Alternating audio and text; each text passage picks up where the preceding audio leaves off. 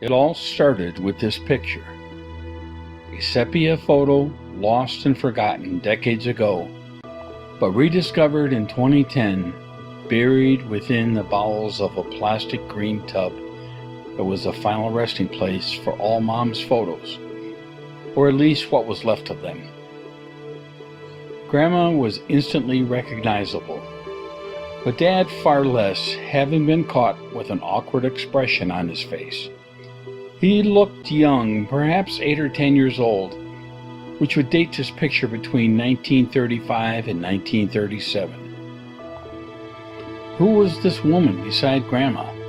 We had no idea. There didn't seem to be any familiarity between them. In fact, she appears to be avoiding physical contact with Grandma altogether, her arms pulled close to her body as if to protect her personal space.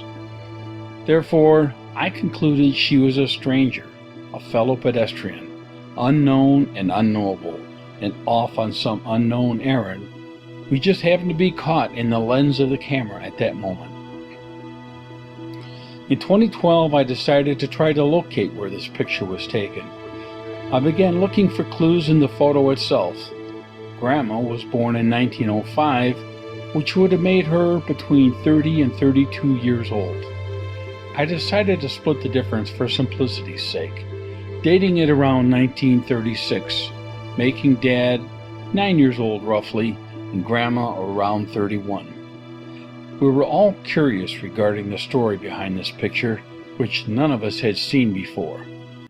It was developed on a cardboard-type backing similar to an old postcard, and lacking the characteristic glossy finish we all associated with vintage photographs. Actually, as far as pictures go, it was rather poor. This image was scanned at 1200 dots per inch, yet it just didn't hold up to much magnification at all. I think it was a novelty item, a photo snapped by an enterprising sidewalk photographer and printed on cheap paper in an effort to drum up business. But where was this photo taken? Detroit, almost certainly, since they had lived there since 1928. But where in the sprawling metropolis could they have been?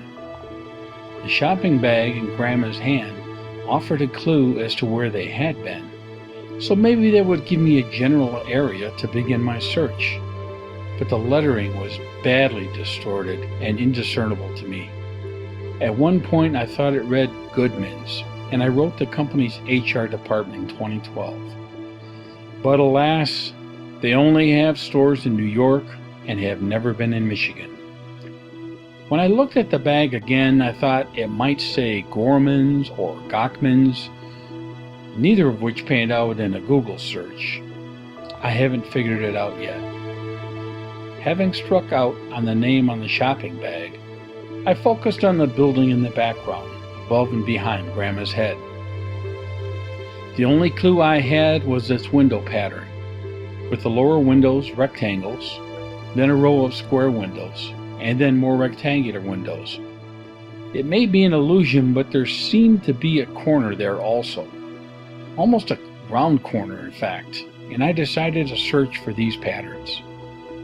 Because the view behind her ends at a building rather than trailing off to the horizon, I figured one of the streets in question had to be running at an angle.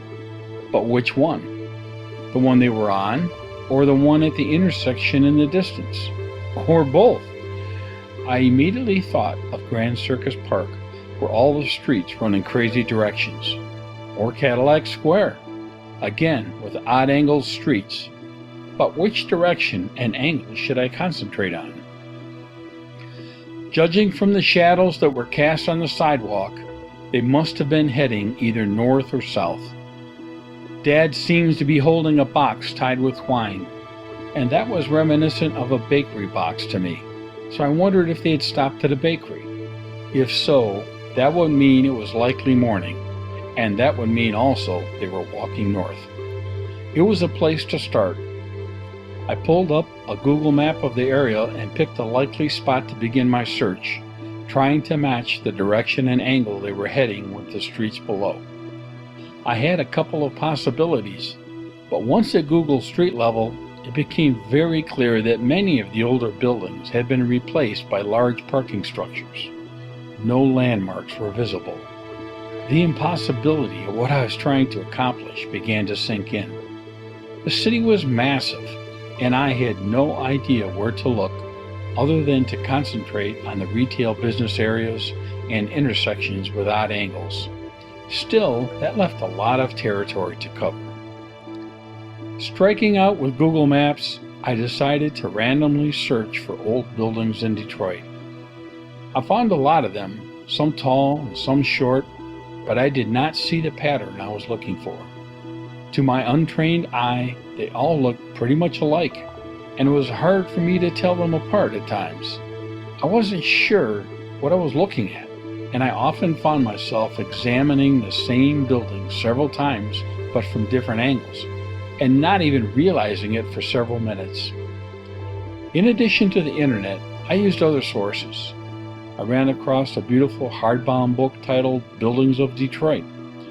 I spent some time poring over the pages looking for a match, and although I found a few candidates, nothing fit the bill. And after a while I became frustrated, and eventually gave up my search, resigned to the fact that it was impossible to find. Then in the fall of 2015 I ran across this picture. Nothing jumped out at me at first, but at the end of a long zoom, straight up Griswold from Jefferson, looking north, I spotted a familiar pattern. There it was. That building. Although it looked like the building to me, I had to be sure.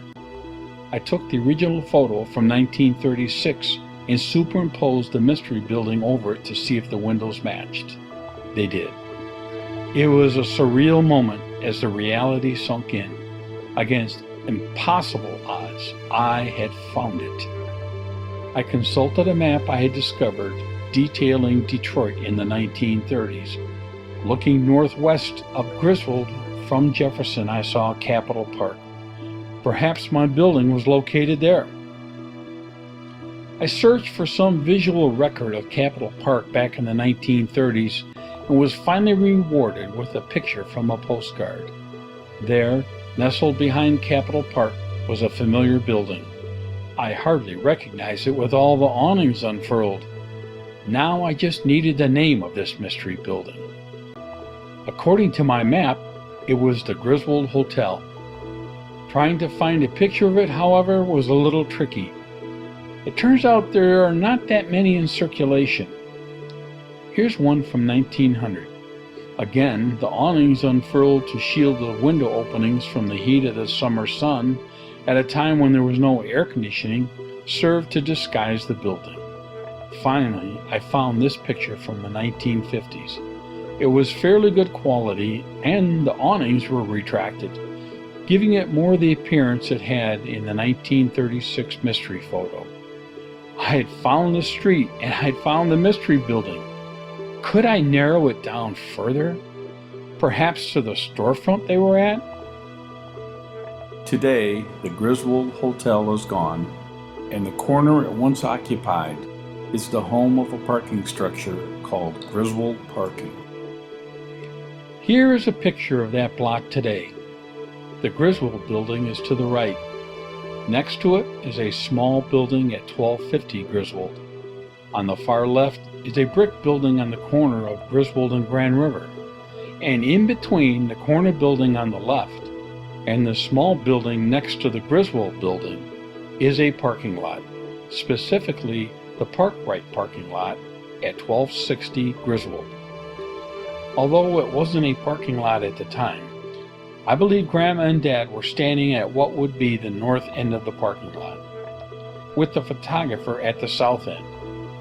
I'll explain why, and you can come to your own conclusions. Looking at the building in the background on the right-hand side, I tried to identify any distinctive characteristics. I noticed these light-colored strips. Here is what I believe that same building today. And there are the strips, either painted a darker color or replaced with a darker material. There is a space above the strips and windows above that. Today we see the same space and windows on the building that occupies that corner. I count 3 awnings, 2 that are open, and a guy in the middle about to open the third to shield them from the afternoon sun. And it seems to me that they have walked past the third awning just a little bit closer to the camera. That would place them at the southern corner of that building at 1260 Griswold. As for the photographer, he's harder to place. I went to Google Maps and clicked something, don't ask me what, and I was on the sidewalk. This is the view towards Grand River at 1250 Griswold, which is that little building next to the Griswold building. Whereas I originally had thought the shot was taken a little south of here, at the Griswold building itself, that seemed a little far now that I can see this picture. Although the fisheye lens on the camera really distorts angles and curves, so it's hard to say. I took one step closer, and this seemed a little bit better to me. So let's just say, in my opinion, the photographer was standing at 1252 Griswold, for the record. This is about the best I can do without knowing what kind of camera was used in the original photo, the distance between them and the camera, and if the negative had been a long shot and cropped in the darkroom or not. If so, that would have accounted for the blurriness of the original image I found. Google Maps Street View is extremely helpful, no doubt about it, but it has its drawbacks. Because of the lens curvature, things get distorted and distances are hard to judge. Short of driving to this area and taking my own photos for comparison, this is my best guess at this time of where the photographer was standing. Once more, here is that block and what it looks like today. With that in mind, I found this 1942 photo shows the stores that were likely on Griswold 6 years prior.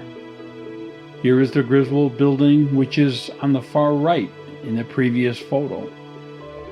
Here is that corner brick building, which was on the far left in the previous photo. And here is that little small building next to the Griswold building at 1250 Griswold.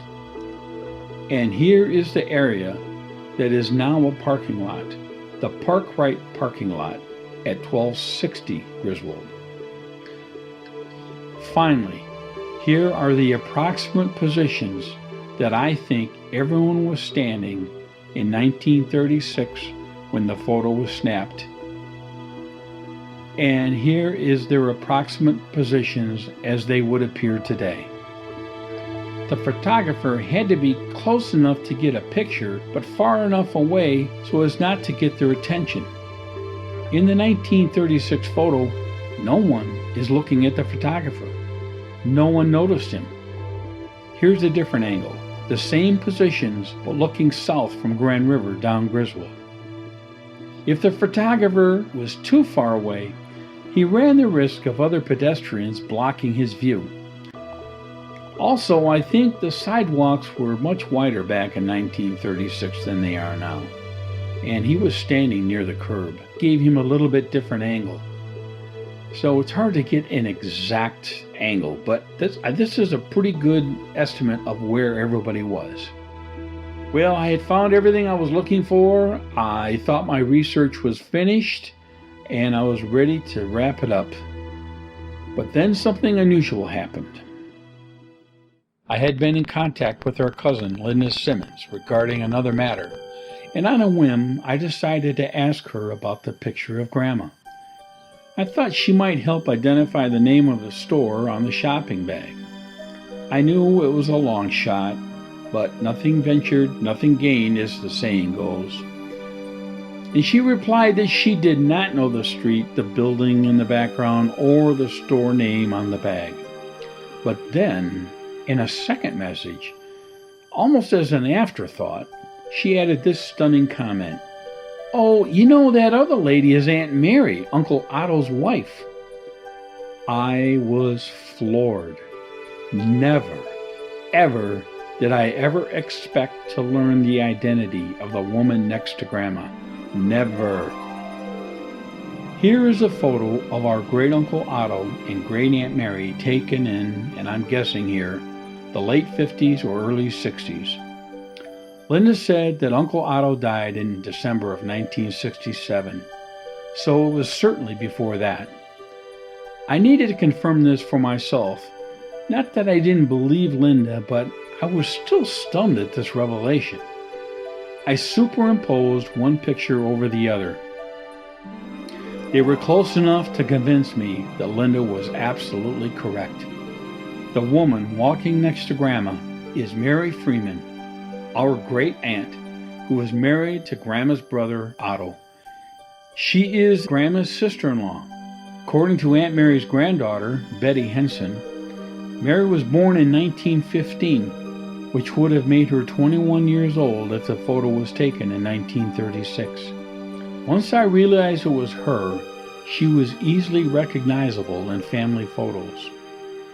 Although Aunt Mary eventually moved to Illinois, Linda verified that she lived in the Detroit area in 1936. I really became attached to Aunt Mary through this process, which is strange because I don't ever recall having met her. I wish I would have, however, especially after running across the mystery picture. I also wish we had found this picture back in the 90s, when we could have asked all of them these questions like, what's the name on the shopping bag? Was it fall or spring? Why were you all so dressed up? Why were you shopping together? Is that something you did often? Everything was closed on Sundays back then, so was this a Saturday? Who knows how much they would have remembered? Probably not much, but it would have been fun to discuss and reminisce about the photo anyways. I don't suppose we'll ever know the reason they were shopping together or the circumstances surrounding their outing back in 1936. Like Dad and Grandma, Aunt Mary has passed now, so there's no one left to answer any lingering questions. The answers are left to our imagination, and the truth will forever remain a mystery. So that's it. I hope you found this little journey entertaining and interesting. Thank you, and God bless you all.